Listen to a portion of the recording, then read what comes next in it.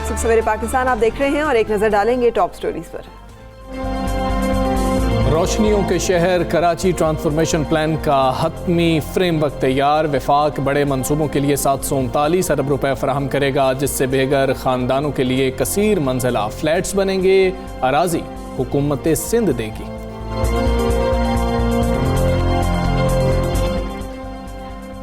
Corona वबा में भी जालसाजों और फ्रॉड करने वालों के गिरोह सादा लौह सार्फिन को लूटने के लिए नित नए हथकंडे अपना रहे हैं। मालूमात की फराहमी में बेहद एहतियात कीजिए, वरना कहीं आप घर से ऑनलाइन रहकर काम करने या पढ़ाई के दौरान किसी साइबर क्राइम का निशाना न बन जाए।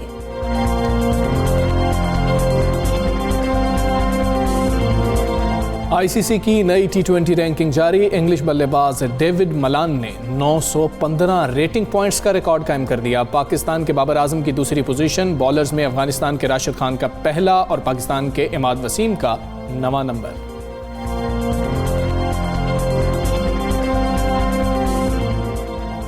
और आज तस्करा करेंगे चकवाल की मशहूर सौगात बर्फी का, जो इस इलाके की पहचान है। बर्फी की तैयारी के लिए लकड़ी से बनी मशद्दी से खोए की घंटों रगड़ाई की जाती है।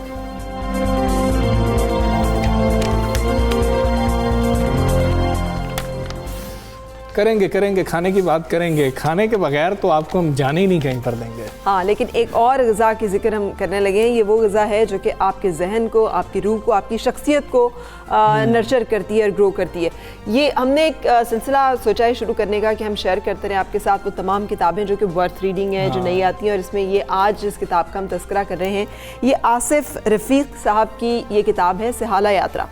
अगर आपको मालूम हो तो सहाला जो है वो रावलपिंडी और इस्लामाबाद के संगम पर एक छोटा सा एक ऐसा जगह है जहाँ पर के पुलिस की ट्रेनिंग के कैंप्स मौजूद है, पुलिस की एकेडमी मौजूद है बहुत बड़ी, वहाँ ट्रेनिंग की जाती है। बिल्कुल ऐसे ही है। और मेरे भी चूंकि कजन्स वगैरह पुलिस में थे तो मुझे पता है सहाला, हम सहाला पोस्ट आए हुए हैं आजकल। और फिर वो सरगोदे से सहाला गया, ये स्कूल था उस वक्त, एकेडमी थी। फिर ये 1975 में गालिबन कॉलेज हो गया और उसके बाद से यहाँ से धड़ाधड़ जो पुलिस अफसरान हैं ये बन रहे हैं। तो उनकी जो ज़िंदगी है उसके हवाले से है। और हम ये शानदार किताब पढ़ने का आपको मशवरा देंगे। हमें भी ये मशवरा दिया गया कि आप इस किताब को पढ़ें, अगर आपको पसंद आए तो इसका रिव्यू ज़रूर करें। तो जब ये बात थी, हमें पसंद आई, दोनों ने पढ़ी। और ये सहाला यात्रा जो है एक साबिक पुलिस अफसर के तजर्बात का निचोड़ है। ये दास्तान है नए भर्ती होने वाले पुलिस ऑफिसर्स की। वाह वाह, क्या दास्तान है ये, और हर पुलिस अफसर की अनोखी दास्तान है। अगर आपको याद हो ना, जैसे मैंने पढ़ा था 90s में बजंग आमद, कर्नल मोहम्मद खान की लिखी हुई वो किताब, जो कि काकूल के साथ हमें एक फैसिनेशन में मुब्तला करती है। और उसके बाद बहुत ज़्यादा तादाद में लोग जो हैं वो कोशिश करते थे और चाहते थे कि वो भी काकूल एकेडमी जाएं, वो भी फ़ौज का हिस्सा बने, वो भी यूनिफॉर्म पहने। तो ये हमें उसका एक पुलिस वर्जन, उसका एक, यानी ये पुलिस के यूनिफॉर्म पहनने की तरफ इंस्पिरेशन है। कैसे इंसान जो है वो पहले ताकत हासिल करना चाहता है, वो चाहता है यूनिफॉर्म पहने, लोग उसे सल्यूट करें, वो एक बड़ा आदमी बन जाए। फिर वो उसको रियलाइज़ होता है कि ये नहीं है ज़िंदगी, कुछ और इससे बढ़कर है।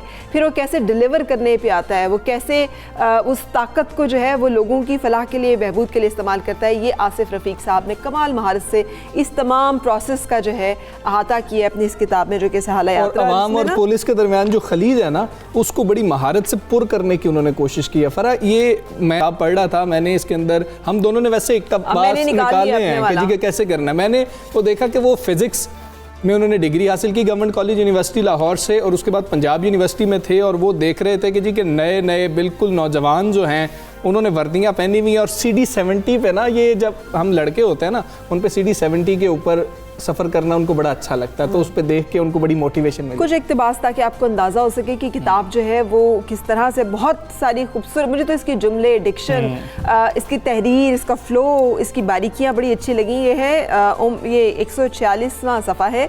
उम्र भर हम इम्तहान देते रहे। इंसान और इम्तहान का ताल्लुक़ जन्म जन्म से है।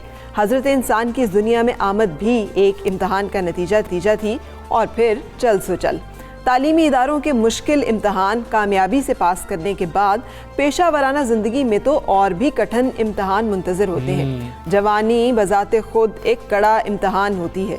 कभी आँखों का इम्तहान पर चिलमने गिराई जाती हैं, कभी सोचों का इम्तहान जिस पर थकन के पर्दे गिराए जाते हैं, तो कभी जज्बात का इम्तहान जिसको संभालने के लिए कई जतन करने पड़ते हैं। और फिर दिल का इम्तहान, ज़्यादा धड़के तो मसला, कम धड़के तो परेशानी।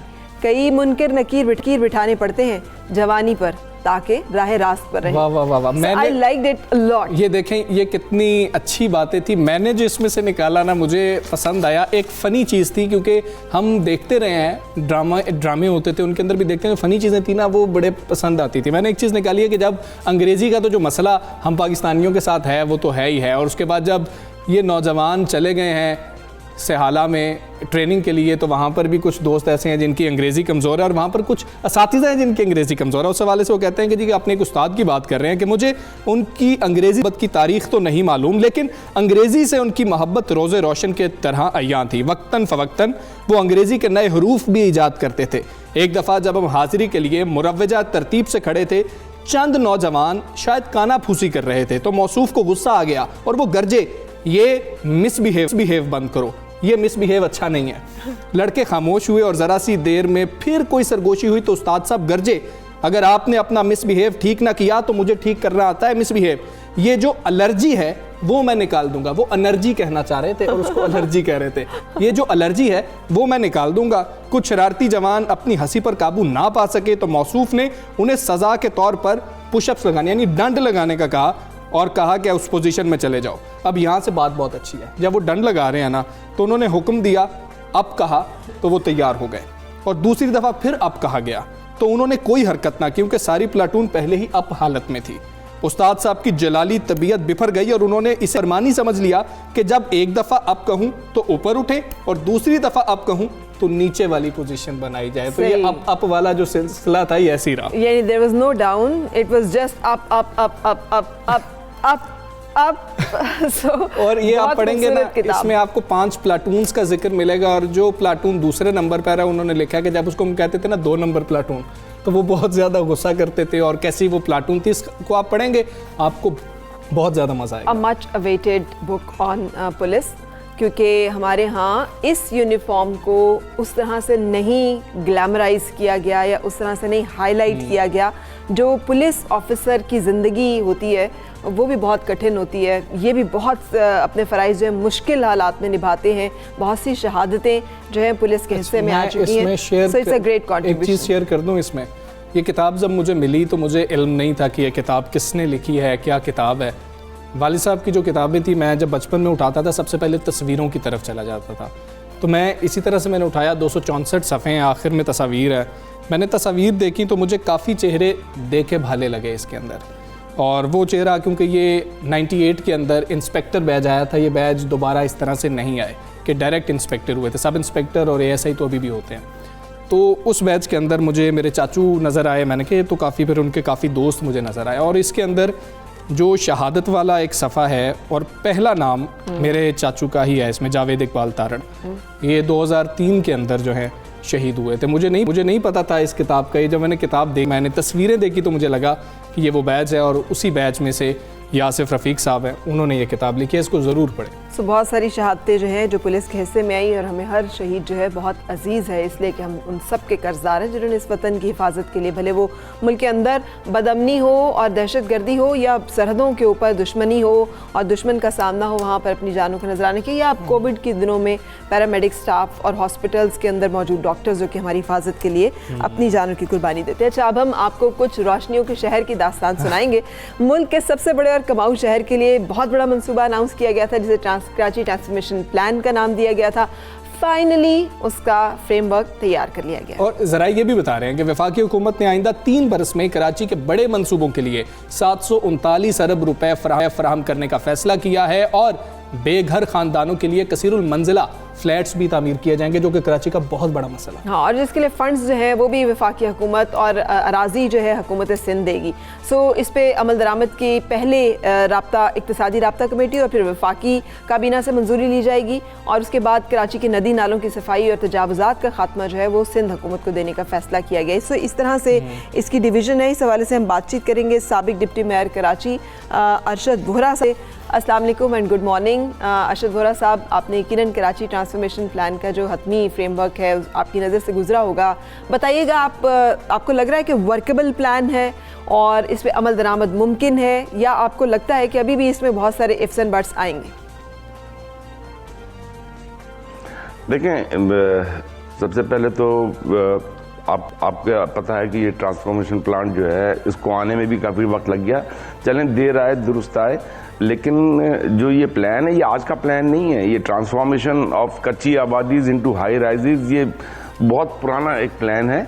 और आपके इल्म में होगा कि जब इनके ही एक पीटीआई के एक एमएनए थे, यहाँ पर एक एफसी एरिया है जो कि फेडरल कैपिटल एरिया कहलाता है, वहाँ पर कोई मुश्किल से बमुश्किल 10-15 हज़ार घर हैं जिनको वो खाली करवाने का कह रहे थे। वो लैंड अवेलेबल है, वहाँ पे हाई राइजेस बन सकती हैं। कराची जो है इतना डेंसली पॉपुलेटेड हो गया है कि इसकी ट्रांसफॉर्मेशन अब जो होनी है तो 70% जो एरिया गडाप टाउन जिसको कहते हैं वो 70% खाली है।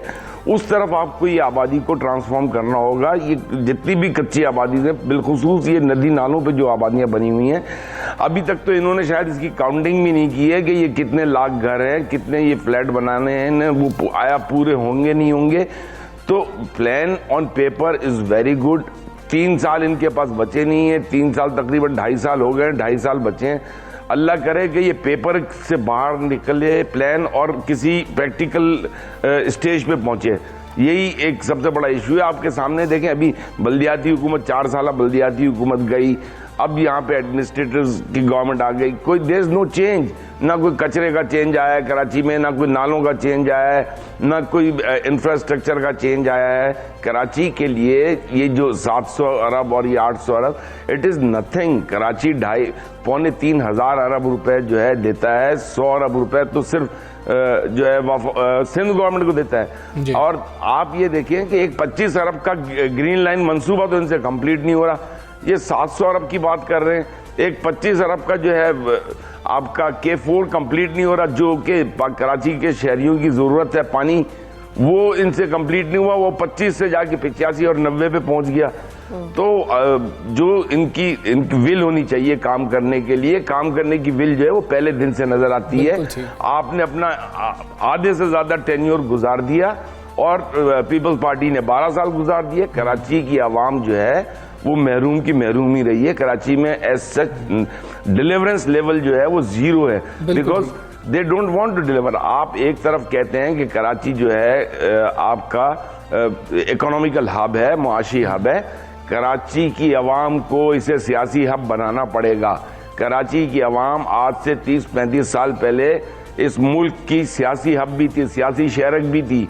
तो इसी तरीके से दोबारा कराची की आवाम के अंदर वो शऊर चाहिए हमें, जो खुद अपने हुकूक के लिए आगे आए, अपने हुकूक को यूनाइटेड हों और अपने हुकूक की बात करें। बिल्कुल ठीक है। ये फरमा दीजिएगा कि फिर से ये एक इश्तराक ही है, दोनों को काम करना पड़ेगा, वफाकी हुकूमत को भी काम करना पड़ेगा, ज़मीन सिंध हुकूमत दे रही होगी। फिर जब मसला आएगा कि क्रेडिट किसका होगा, तो हमने कराची में यही देखा, क्रेडिट के ऊपर आकर कोई काम भी नहीं होता है। क्या ऐसे मंसूबे जिसमें वफाक और सिंध का इश्तराक हो और हुकूमत सेम पार्टी की ना हो, क्या पूरे हो सकते हैं? आपको लगता है कि माजी में तो ऐसा हमने नहीं देखा?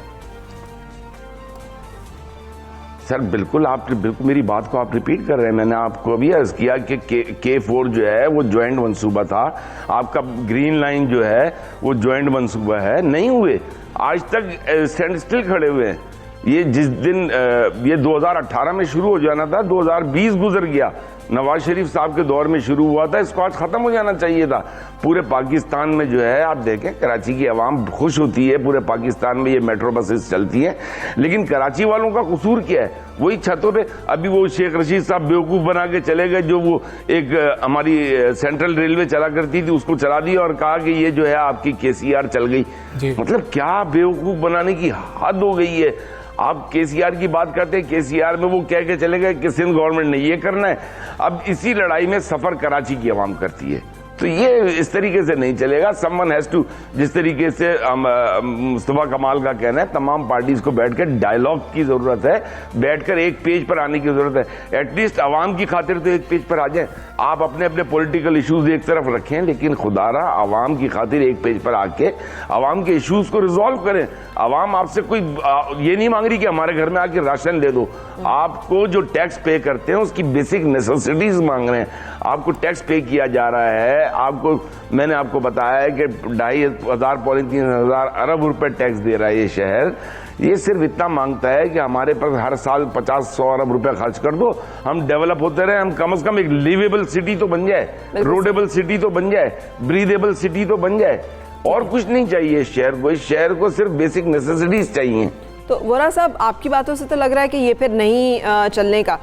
एक जो है कि वो जो नदी नालों की सफाई और तजावुज़ात का खात्मा, ये हमेशा से जिसे कहना चाहिए ना अकेलियत हिल रहा है कराची के लिए, तो ये फिर सिंध हुकूमत की जिम्मेदारी दे दी गई है। सिंध हुकूमत तो इससे जान छुड़ाती है। वो तो चीफ जस्टिस साहब ने भी अहकाम दिए तो भी वो नहीं तैयार थे इसके लिए, वो तो नहीं मानने के लिए तैयार थे कि हम आवाम के घर क्यों गिराएं, हम क्यों ये तजावुज़ात का खात्मा करें। तो आपके ख्याल में ये फिर ऊँट किसी करवट बैठेगा?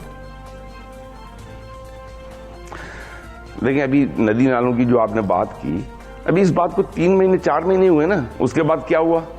आज वही का वही हाल है। 1 इंच की प्रोग्रेस है उसमें? कोई प्रोग्रेस नहीं है, कोई काम होता हुआ नजर नहीं आ रहा। अल्लाह करे ये जो इन्होंने ट्रांसफॉर्मेशन का प्लान दिया है उस पे ये कुछ काम शुरू करें। प्लान बहुत बनते हैं, प्लान पिछले बने हुए रखे हैं, किसी पे तो काम कर लें।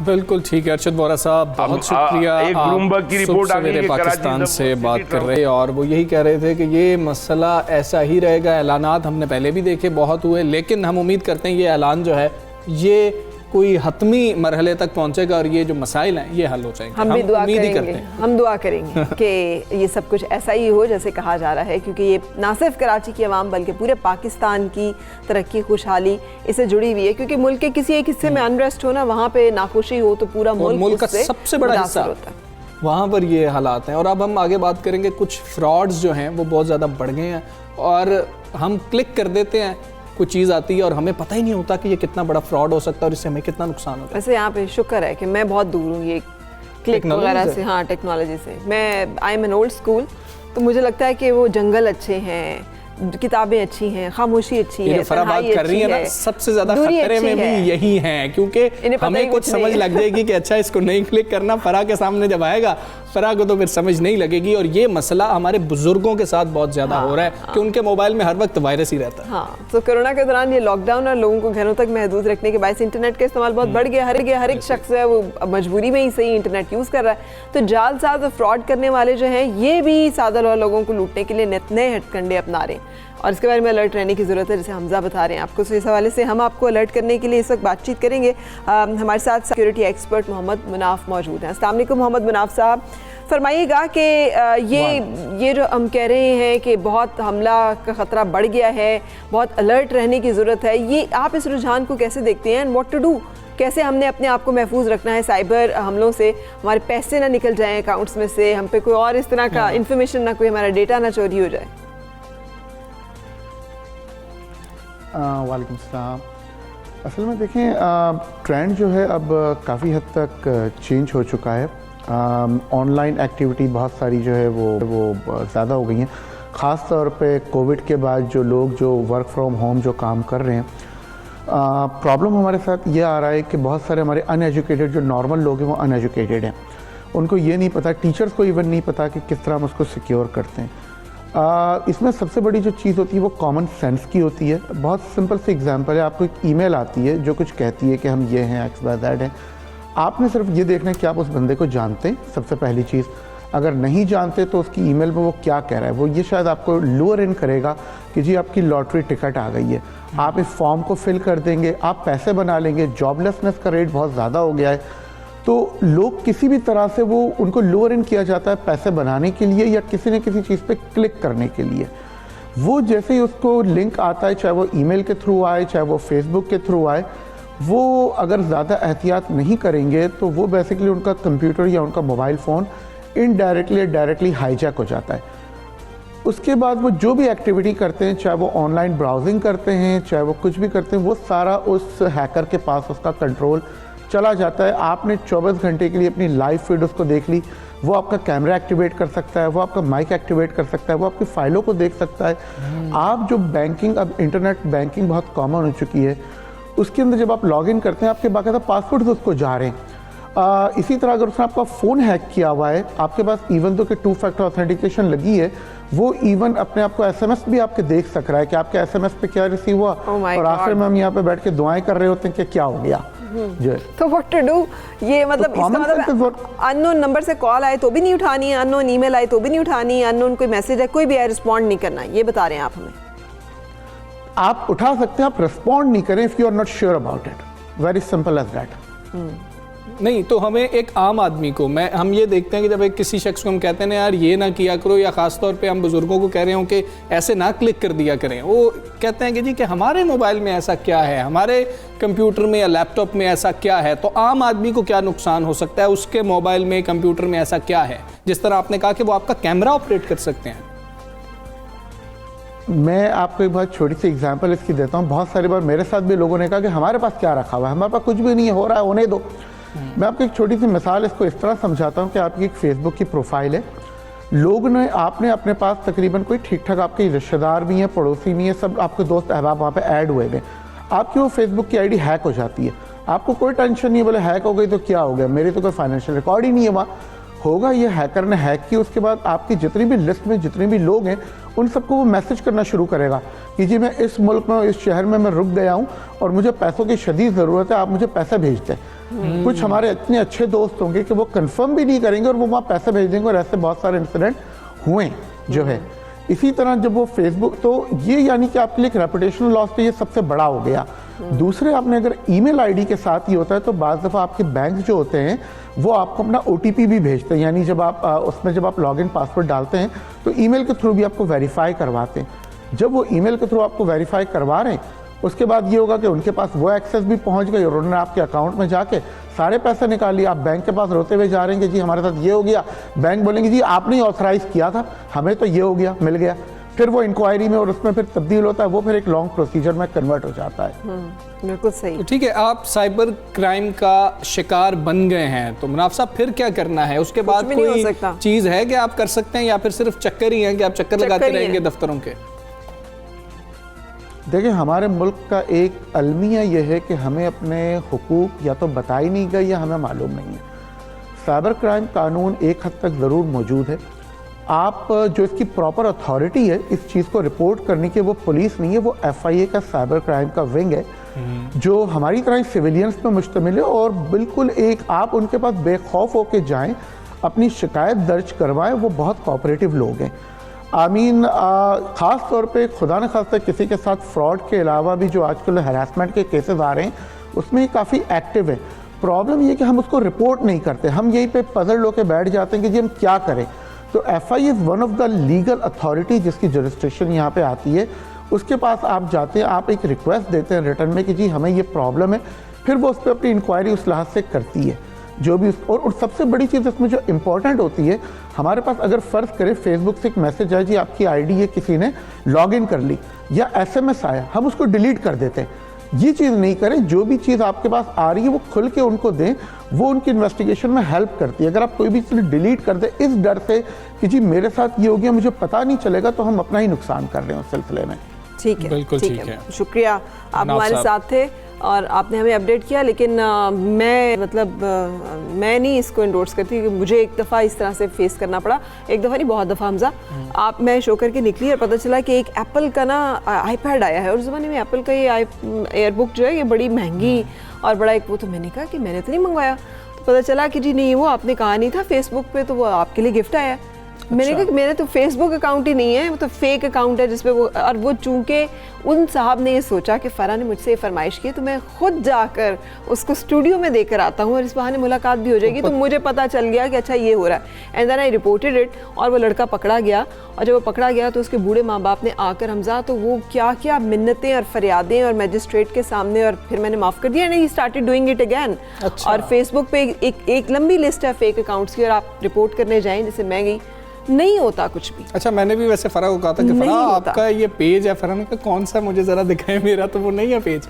तो इस तरह से हमारी आपस में ये बात हुई थी। खैर, अब कुछ खाने पीने की बात करते हैं, क्योंकि उसके बगैर हमारा दिन नहीं गुजर सकता। चकवाल की मशहूर सौगात बर्फ़ी है, जो खालिस दूध से बनाई जाती है और मुनफरिद जायके की वजह से दुनिया भर में मशहूर है। वाह वाह, क्या बात है।